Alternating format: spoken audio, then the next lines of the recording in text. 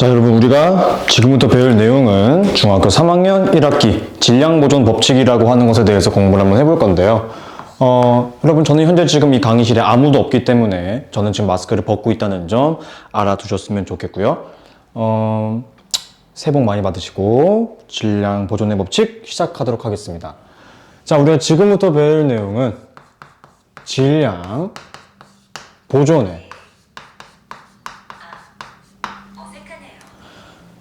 네, 그렇다고 하네요. 질량보존 법칙이라고 하는 것에서부터 강의를 시작하려고 합니다. 자, 여러분, 질량보존의 법칙이라고 하는 것은요, 그냥 굉장히 간단해요. 하나하나 이야기를 해보자면, 우리는 저번 시간부터 계속해서 배웠던 게 뭐냐면, 화살표를 기준으로 왼쪽에 있는 친구들을 우리는 반응물이라고 이야기를 했어요. 그쵸? 즉, 질량보존의 법칙이라고 하는 것은요, 반응물이 가지고 있던 총 질량과 그리고 이렇게 반응물이 화학 결합을 통해 생성된 물질인 생성물이 가지게 되는 총 질량은 항상 같다 라고 이야기하는 게 질량보존의 법칙에서 가장 중요한 첫 번째 내용입니다. 자, 그럼 우리는 생각을 한번 해봐야 되겠죠? 그럼 쌤, 도대체 왜 반응물의 총 질량과 생성물의 총 질량이 일치하는 건가요? 라고 물어본다면은 저는 이렇게 대답할 수 있을 것 같아요. 두 번째는 우리가 화학 결합 혹은 화학 반응을 진행하게 되면서 공부했던 것이 원자의 종류와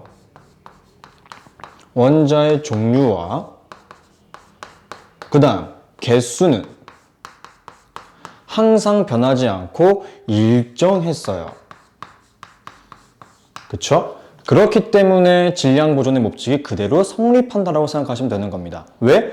원자가 화학 반응을 한다라고 해서 사라지지 않고 그 다음 더 늘어나지도 않기 때문에 항상 질량은 일정하게 유지된다. 이렇게 생각하시면 될 것 같아요. 근데 아셔야 될 게 이 원자의 종류와 개수가 일정한 것이 화학 변화에서만 일어나는 것이냐? 그건 또 아니었죠. 뭐냐면은 물리 변화에서도 똑같이 이 내용이 성립이 되었었고요. 마찬가지로 우리가 지금 얘기했었던 화학 변화에서도 이 내용은 그대로 성립하기 때문에 질량보존의 법칙이라고 하는 것은 물리 변화와 화학 변화 둘 다 성립할 것이다. 이렇게 생각하시면 되겠습니다. 됐죠? 자, 그 다음은 알아두셔야 되는 것 중에 하나가 모두 성립한다라고 하는 내용 하나 알아두셨으면 좋겠는데 그 다음으로 알아두셔야 될 게 앙금 생성 반응이 나오게 되거든요. 여러분은 실제로 시험 문제 풀다 보시게 되면은 앙금 생성 반응이 몇 번 나올 거예요. 우리 중학교 2학년 성적을 많이 깎아먹었던 앙금 생성 반응이 나오게 될 텐데 여러분, 결국 앙금 생성 반응이라고 하는 것도 화학 반응이라고 볼 수 있을 거예요. 그쵸? 그러므로 질량보존의 법칙이 성립한다. 이렇게 생각하시면 되는 거예요. 그냥 이거를 앙금 생성 반응이 또 나왔네. 너무 어렵겠다. 그렇게 생각하시지 말고 결국 앙금 생성 반응도 방금 배웠던 질량보존의 법칙이 그대로 성립한다. 이렇게 생각하시면 되는 건데 그냥 제가 지금 1번에 썼던 반응물의 총 질량과 생성물의 총 질량은 항상 같다. 질량은 변하지 않는다라고 하는 것을 말씀드리는 거예요. 지금 마이크가 자꾸 목을 찔러서 잠깐만요. 여기다가 이렇게 바꾸겠습니다.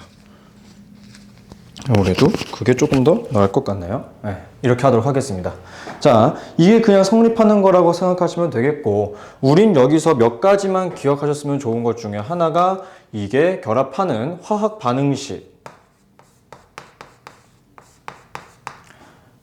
반응식이 어떻게 되고 있는지 이거 하나 알아두시면 될 것 같아요. 됐죠? 자, 그 다음으로 제가 말씀드리고 싶은 것은 기체 생성 반응이에요. 기체 발생 반응 법칙이라고 이야기할 수 있을 것 같아요. 자, 이거는 제가 여러 번 설명을 했었고 굉장히 중요하다라고 이야기를 했는데, 자, 기체 발생하겠습니다. 자, 저는 여기서 제가 만든 책에 나와 있는 모든 예시를 다 설명드리지는 않을 거고요. 이 기체 발생 법칙을 어떻게 하며 풀 수 있는 그 공식화만 하나 알려드리고 넘어가도록 할게요. 자, 한번 보도록 하겠습니다. 첫 번째, 우리는 이 기체 발생 법칙에서 가장 중요한 것은요, 질량의 변화예요. 어떨 때는 질량이 증가하고 어떨 때는 질량이 감소하게 되는데, 그게 언제 일어나는 현상인지를 우리가 파악만 하시게 되면은 모든 문제는 사라라락 풀릴 거예요. 됐죠? 그러면 가보도록 하겠습니다. 첫 번째는 반응물에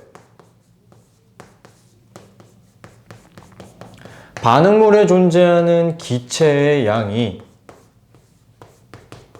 그 다음 생성물에 존재하는 기체의 양보다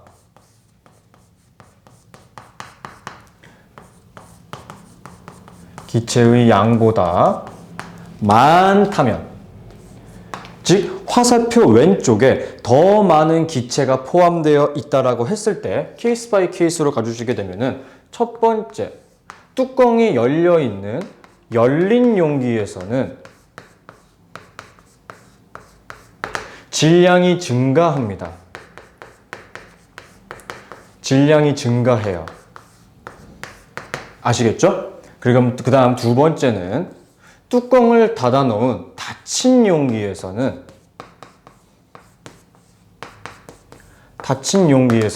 질량이 변하지 않고 일정하게 유지됩니다. 질량이 일정하다. 이렇게 생각해 두시면 좋을 것 같아요. 두 번째로는 이러면 반대로 한번 생각을 해볼 수도 있어야 되겠죠? 화살표 왼쪽에 존재하는 반응물이 가지게 되는 기체의 양보다, 그 다음 화살표 오른쪽에 존재하는 생성물에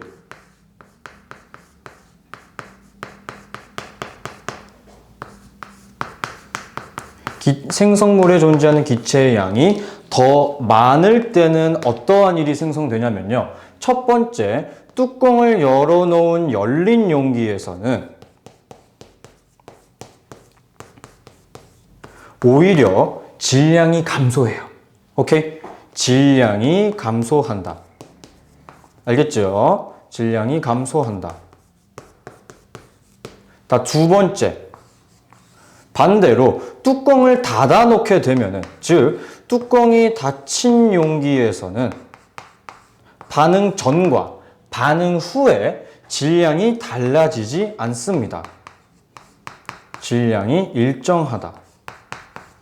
자, 이 공식을 여러분들은 머릿속에 넣어두시게 되면은 시험 문제에 나오는 그 어떤 기체 발생 법칙이 나온다 하더라도 헷갈리지 않을 거예요. 자, 그러면 이유라든지 어떤 원리인지 살짝 한번 이야기를 해보자면, 자, 반응물의 기체의 양이 많은 경우, 지금 우리가 중학교 3학년 때 배우는 거는 하나밖에 없어요. 뭐냐면은 대부분 산소와의 결합이야. 산소와의 결합인데, 우리 이 공기 중에는 많은 양의 산소가 존재하기 때문에 공기 중에 산소와 결합한다. 오케이? 공기 중과 결합하게 되는 것이다. 이렇게 생각을 하시게 되면 좋을 것 같아요. 그럼 닫힌 용기에서는 공기가 새롭게 공급이 안 되기 때문에 질량이 일정하다. 이렇게 이야기할 수 있겠죠. 그 다음은 생성물의 기체의 양이 더 많다라고 하는 것은, 아무리 산소랑 막 결합을 했는데 실험을 진행하고 나니까 공기 중으로 날아가는 기체의 양이 너무 많아져 버리는 거야. 그래서 뚜껑을 열어놓게 되었을 때 기체가 공기 중으로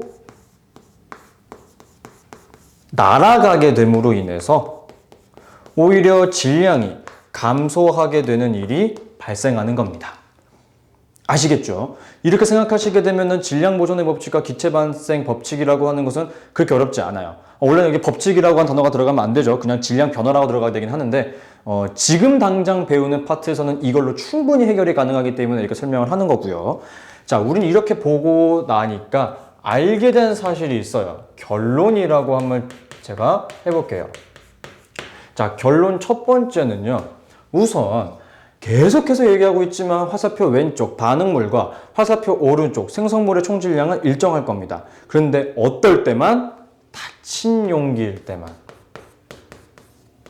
그쵸? 닫힌 용기는 질량이 항상 일정할 것이다. 그쵸? 이거 반드시 기억을 해두셔야 되겠고, 두 번째로는 혹시나 여러분들이 이런 질문을 하더라고요. 쌤, 질량이 언제 증가하는 거예요? 질량이 언제 감소하는 거예요? 제가 여기 설명하면서 살짝 말로 설명했죠. 뭐냐면은 화학 반응이 진행한 후에, 반응 후의 질량을 이야기하는 거예요. 아시겠죠? 그러므로 열린 용기에서는요, 반응물보다 생성물의 질량이 더 줄어들었다. 화학 반응이 진행한 후에 질량이 감소했다. 아래쪽에서는 화학 반응이 진행한 후에 질량이 감소했다라고 생각하시면 되는 거예요. 오케이. 질량 보존의 법칙은 이 정도로 설명하면 의외로 아주 간단하게 해결이 됩니다. 됐죠? 근데 여러분들이 가장 힘들어하는 것은 이 일정 성분비 법칙이 아닐까 싶어요. 자, 다시 1번으로 갈게요. 일정 성분비 법칙인데,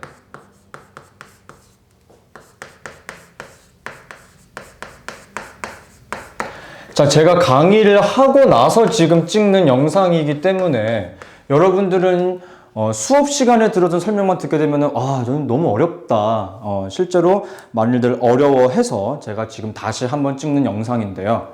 이 일정 성분비 법칙은요, 제가 확실하게 알려드릴게요. 두 가지만 기억하시면 돼요. 두 가지. 자, 여러분 결국 일정 성분비 법칙에서는 크게 두 가지를 기억하시라고 제가 방금 말씀드렸는데, 첫 번째로는 결합하는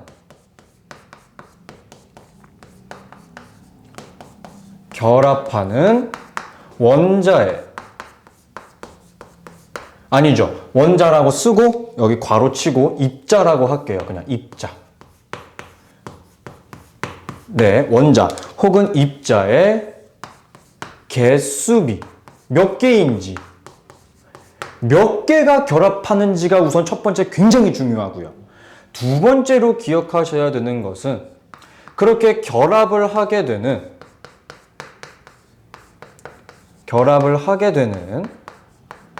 원자 혹은 입자라고 하는 친구들의, 중요하기 때문에 제가 노란색으로 쓴 거겠죠. 입자라고 하는 친구들의 상대적인 질량비가 굉장히 중요해요. 아시겠죠? 굉장히 중요합니다. 실제로 제가 만든 교과서에도 그림 박아놓고 개수비랑 질량비를 따로따로 설명을 했었어요. 그쵸? 이거 너무너무 중요하다고 이야기를 했고요. 그 다음 여기서 알아두셨으면 더 좋은 것 중에 하나가 사전적 정의도 너무나도 중요하겠지. 사전적 정의가 중요하지 않은 단원이 어딨어? 그치? 정의 굉장히 중요하기 때문에 이 친구도 다시 한번 알아줬으면 좋겠다. 자, 그 다음 하나만 더 해볼게요. 얘는 그냥 1, 2, 3, 4, 5번이나 기역, 니은, 디귿으로 출제될 가능성이 크기 때문에 이렇게만 할게요. 뭐냐면은 화합물에서는 성립을 해요. 화학 결합으로 만들어진 물질, 즉 화합물에서는 성립을 해요.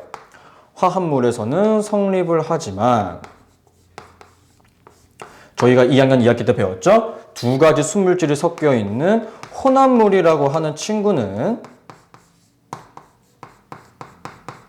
혼합물에서는 성립을 하지 않는다. 이렇게 이야기할 수도 있는 겁니다. 됐죠? 자, 그래서 이 일정 성분비 법칙에 대한 예시들을 제가 총 4가지 정도 가지고 왔어요. 제 책에 보시면 4가지 정도가 나와 있죠. 그쵸?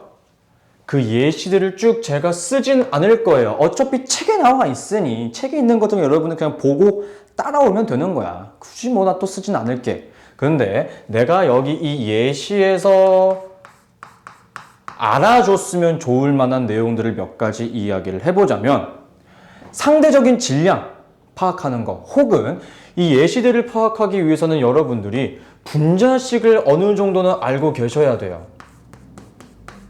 분자식을 암기하고 있어야 한다. 실제로 여러분들 문제 풀다 보면은 이 분자식을 몰라가지고 못 푸는 문제 꽤 많았을 거야. 그치? 그쵸? 분자식을 우선 우리가 암기를 좀 해주셔야 될 것 같고요. 대표적으로 잘 모르는 분자식들이 뭐가 있나 살펴보게 되면은 책에 나와 있는 걸 제외하더라도 뭐 CH4, 과거에는 메탄가스라고 얘기했던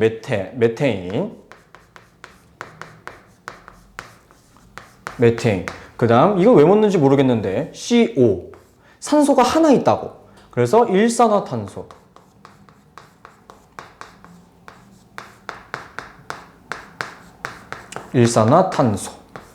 암모니아도 책에 있으니까 뭐 이 정도만 이야기를 할까요? 뭐 이것 외에도 분자식으로 우리가 흔히 알 수 있는 것은 꽤 여러 가지가 있기는 하겠지만 얘는 분자식이라고 얘기할 수는 없지만 자주 등장하는 NaCl, 염화나트륨.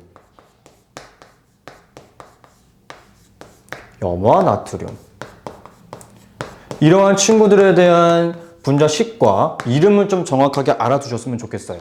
근데 우리가 이거를 왜 알아야 되는 것이냐? 여러분 지금 이 분자식을 바라봄으로 인해서 알 수 있는 것들이 있죠. 뭐 중학교 2학년 때 배웠던 거 말고 지금 배웠던 것에서 이 친구들 개수비랑 질량비를 파악하는 게 그렇게 어렵지가 않아. 그치? 자, 우선 우리가 이 일정 성분비 법칙에 대한 예시들을 쭉 보시게 되시면은 계속해서 물어보는 게 개수비예요. 가장 제일 먼저 물어보고자 하는 것이 개수비였죠. 여러분 이 개수비라고 하는 것은요 조금 더 풀어서 설명을 해보게 되면은 저는 이렇게 말씀드릴 수 있을 것 같아요. 이러한 분자라든지 혹은 물질이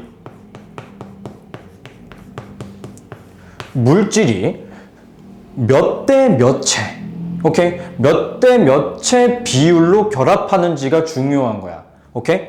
결합하는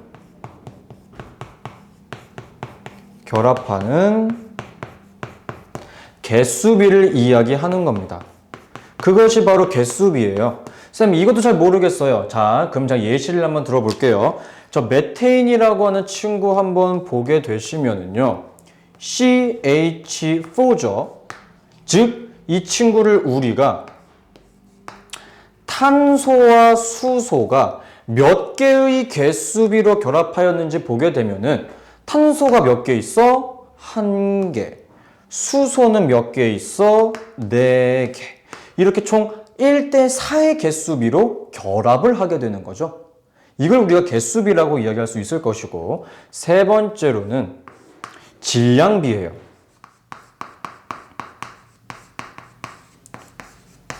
자, 이 질량비라고 하는 내용도 파악하실 때 조금 어려울 텐데 제가 우리 이 화학 시간 처음 시작하면서 설명했던 내용이 하나 있죠? 빅뱅 우주론에서부터 시작해가지고 옥텟 규칙 설명하면서 대부분의 원자들은 양성자랑 중성자의 개수가 거의 비슷하다. 1번부터 20번까지는. 그래서 제가 이 친구들은 상대적인 질량비예요. 똑같이 쓸 겁니다. 우리가 지금 눈으로 보고 있는 분자들 혹은 여러 물질들이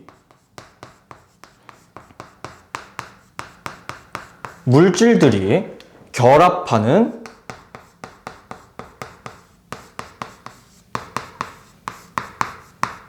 질량에 비해요. 아이 쌤 아까 썼던 거랑 똑같은 거잖아요. 똑같아요. 근데 또 쓰는 거야. 왜인지 봐봐 얘들아. 가볼게요. 똑같이 CH4로 한번 해볼게. 자, 똑같이 시작을 할 건데 이번에 내가 쓸 건 뭐라고? 질량비를 쓸 거라고. 여러분 똑같이 탄소 대 수소가 있어요. 여러분 탄소 우리 몇 번이야? 6번이야 6번. 수헬립의 붕탄 6번이지? 내가 얘기했어. 곱하기 2 해야 된다고. 그러므로 탄소의 상대적인 질량비는 6 곱하기 2, 즉 12라고 볼 수 있을 것이며 수소는 하나당 1의 질량을 가지고 있어요. 근데 지금 몇 개 있어? 4개 있지. 그러니까 12대 4. 이거를 약분을 해주게 되면은 총 3대 1의 질량비로 결합을 하게 되는 거야. 됐죠? 그럼 쌤, 저희가 이 개수비랑 질량비를 가지고 무엇을 알아야 되는데 이렇게 문제가 어렵게 나오고 이걸 계속 열심히 설명하시는 건가요? 라고 물어본다면은 가야죠. 문제로 한번 접근을 해주게 되면은 가장 시험 문제에서 많이 나오는 스타일은 뭐냐면은 개수비 혹은 질량비를 둘 다 가지고 올 거예요. 이 분자식을 가지고 나오는 문제가 그렇게 많이 나오지는 않고, 예를 들어서 임의의 분자를 만든다거나 그런 식으로 나올 겁니다. 예를 들면 A, B, 2 뭐 이런 식으로. 그럼 이 친구는 결국에 A 대 B가 몇 대 몇의 비율로 결합하는 거예요? 1대 2의 비율로 결합하는 거겠죠? 뭐 이런 식으로. 오케이? 이런 식으로 나와서 이거를 파악할 수 있는지 물어보는 문제가 한 문제 나올 거고, 물론 이거는 이제 너무나 당연하게도 실제 분자로 적용되는 경우가 많을 겁니다. 실제 분자가 적용할 수 있는지, 혹은 굳이 꼭 분자가 아니더라도 물질로 설명을 하겠죠. 그리고 여러분들 가장 요즘 재밌게 나오는 문제 스타일은 여러분들 아시죠? 볼트와 너트라든지 혹은 뭐 산소, 수소 가지고 와놓고 물이 얼마나 생성되고 뭐가 남는지 물어보는 문제도 자주 나왔었죠. 그쵸? 그거는요, 천천히 파악하시면 되는 거예요. 천천히. 자, 제가 써볼게요. 저는 여기다가 문제를 다 쓰진 않을 거고, 문제 푸는 방법이라든지 우리가 이거를 어떻게 문제를 파악하는 거고, 혹은 자료 해석을 내가 알려줄게. 자, 자료 해석을 한번 해볼게요.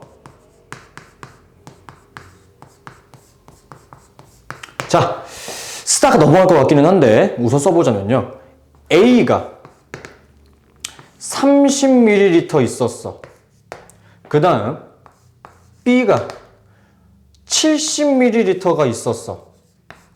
그리고 이 둘이 더해져서 생성된 C라고 하는 친구가 30ml 생성됐다라고 하면은 A가 B랑 더해져서 C가 30ml 생성된 거야. 근데 중요한 거, 시험 문제에서 가장 많이 물어보는 스타일은 뭡니까? 둘 중에 누가 남았다? 안 남았다? 그쵸? 자, 여러분 여기까지만 쓰고 저로 넘어갈게요. 자리가 부족해버렸어. 자, 다시 한번 써보자면 A가 30, 그 다음 B가 70 있을 때 이 둘이 더해져서 생성된 C는 30ml 생성이 되었는데, 중요하니까 다른 색깔로 쓸 거예요. B가 40ml가 남았다. 자, 가겠습니다. 남았어요. 자, 이런 식의 시험 문제 물어볼 거예요. 그럼 우린 여기서 파악할 수 있는 내용이 무려 두 가지나 존재합니다. 두 가지나 존재해요. 첫 번째, 그럼 여러분 실제 반응한 거 한번 해볼게. 실제로 반응한 거. 실제 반응. 자, 여러분 실제 반응은 어떻게 된 겁니까? A는 30ml가 전부 다 반응을 했고, B는 30ml만 반응을 한 거죠. 그리고 생성된 C는 몇 개 남은 거, 얼마나 생성된 거예요? 30ml가 생성이 되었다. 그쵸? 그러면 여기서 우리가 파악할 수 있는 거, 첫 번째, A와 B와 C가 어떻게 결합을 하였는가? 개수비 혹은 질량비를 물어볼 수 있겠지. 첫 번째, 질량비 한번 가봐. 질량비. 아, 부피비로 가야 되겠죠? 밀리리터니까? 오케이, 부피비로 갑시다. 부피비가 곧 질량비겠죠? 그럼 가보게 되면 어떻게 되겠어요? A 대 B 대, 이거 이렇게 헷갈리겠다. 이렇게 했을 때 A 대 B 대 C는 결국에 30대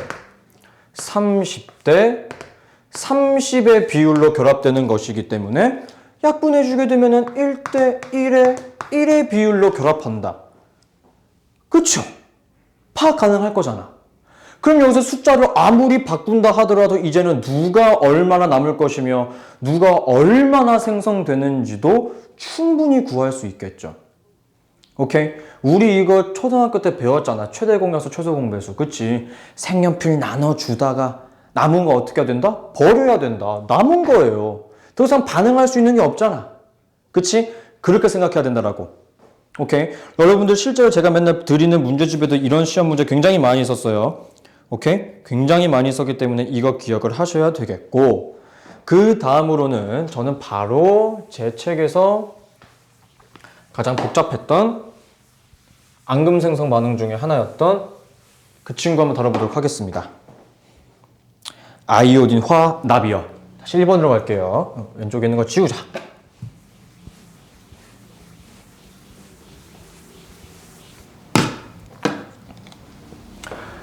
자, 1번으로 할게요.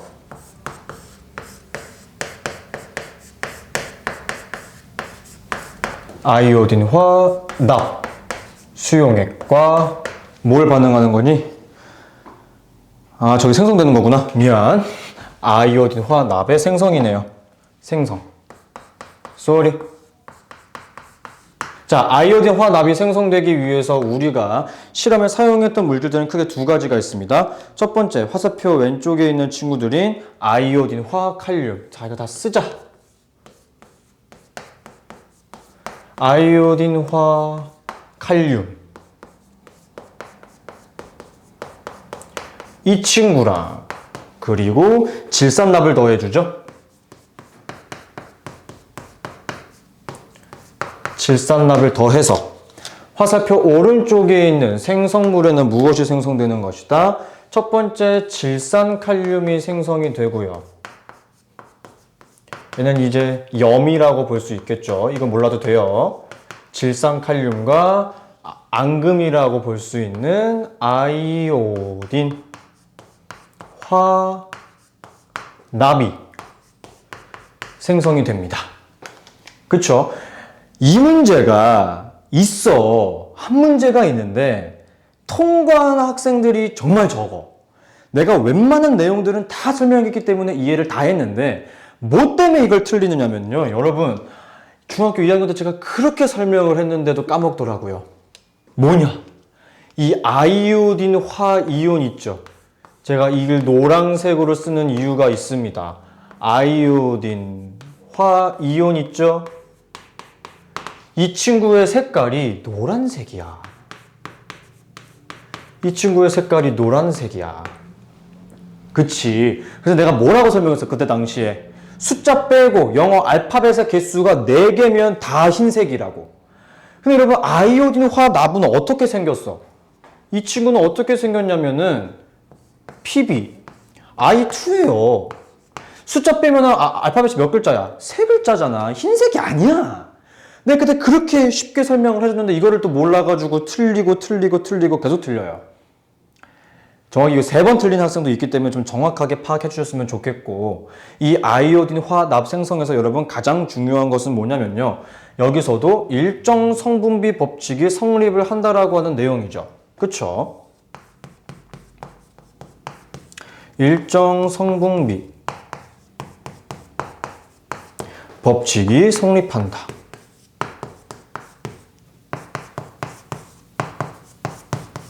아시겠습니까? 여기서도 일정 성분비 법칙이 성립을 하게 되는 것이다. 혹은 질량 보존의 법칙을 성립을 하기는 하겠죠. 결국 화살표를 기준으로 있는 거니까 화학 반응이 전과 후가 질량은 일정할 겁니다. 근데 여기서 얘기하고 싶은 것은 일정 성분비 법칙이 성립한다. 어떻게 성립하는 것이다? 책에 그대로 나와 있어요.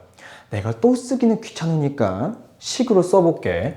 아이오딘 화칼륨 KI와 질산납 PbNO3 이 친구가 1대1의 비율로 결합을 한다라고 이야기를 했었습니다. 근데 중요한 게요. 제가 여기서 조금 더 복잡하게 내면 어떻게 된다라고 이야기를 했냐. 우선 여러분, 지금 현재는, 지금 당장은 이 둘의 농도가 같아요. 책에 뭐라고 써 있어? 10%. 그리고 10%라고 나와 있죠. 그러므로 지금 당장은 두 용액의 농도가 일정합니다. 즉 같아요. 어떻게 되는 것이다? KI도 10%, PB도 PbNO3도 10%예요. 그럴 때는 1대1이래. 그럼 둘 중에 퍼센트가 높아지게 되면 당연히 이 결합하는 비율도 달라지겠죠. 그쵸? 정확하게 파악하셨으면 좋겠다고 제가 이야기를 했고요. 이거는 지금 한번 수업을 한 다음에 제가 지금 설명하는 것이기 때문에 좀 짧게 설명을 마쳤고요. 제가 내신 대비 시작할 때는 조금 더 자세하게 칠판에다가 제대로 설명을 해가지고 설명을 할 거니까 그때 조금 더 자세하게 알아두셨으면 좋겠어요. 여러분, 여기서 결국 제가 오늘 강의한 거를 다 정리를 한번 해보자면 정리를 한번 해보도록 할게. 두 번째 정리. 우리가 가장 첫 번째로 배웠던 것은 질량 보존의 법칙이죠. 질량 보존의 법칙. 여러분, 질량 보존의 법칙에서는 다른 거 다 필요 없이 한 가지만 기억하자라고 이야기를 했습니다. 뭐 기억하자고 이야기했다? 화살표 왼쪽에 있는 반응물의 총 질량과 그 다음 화살표 오른쪽에 있는 생성된 물질, 즉 생성물의 총 질량이 항상 일정하다, 같다라고 이야기하는 게 첫 번째 내용이었고, 여기서 이제 우리가 조금 더 공식화해서 만든 게 뭐였어요? 기체 발생 반응이었죠. 그쵸? 기체 발생 반응. 여기서 제가 공식화 했었죠. 화살표 왼쪽에 있는 반응물의 기체가 더 많을 때, 화살표 오른쪽에 있는 생성물의 기체가 더 많을 때, 그거 좀 중요하게 제가 말씀을 드렸었고요. 그 다음으로는 지금까지 계속 공부하고 있었던 두 번째 일정 성분비 법칙이에요.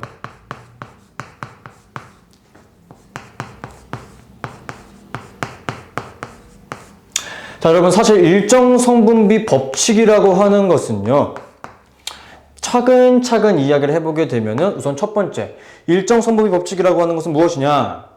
그냥 개수비랑 질량비가 존재한다. 그것만 생각합시다. 자, 중요하니까 다른 색으로 쓸게요.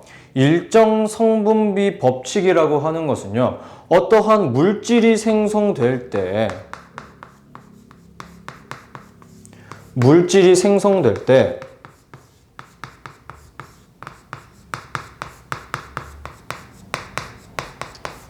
그 물질에 결합되는 개수비,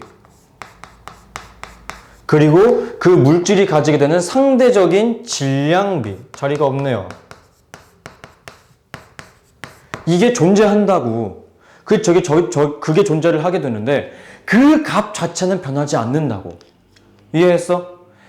아까 방금 전에 얘기했던 메테인 CH4는요, 탄소가 하나, 상대적인 그게 1, 수소가 4야.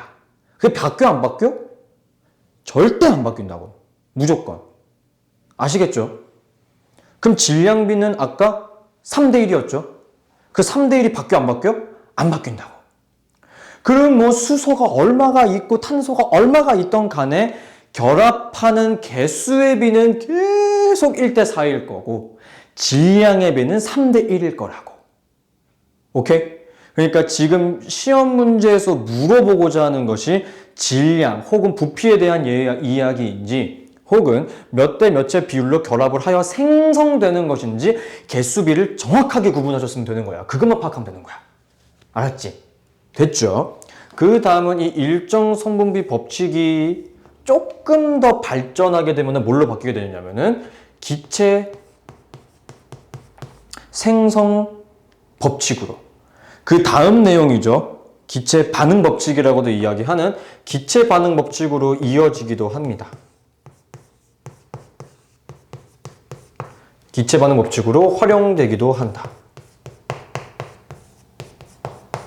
아시겠죠? 그러니까 여러분들은 이 일정 성분비 법칙을 풀 때 사실은 이 친구까지 머릿속에 조금 넣어두시게 되면 생각보다 문제가 금방 풀릴 거예요.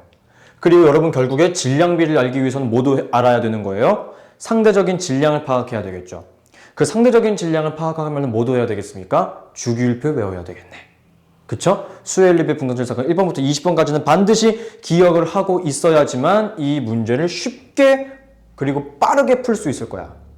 알았지? 알았지?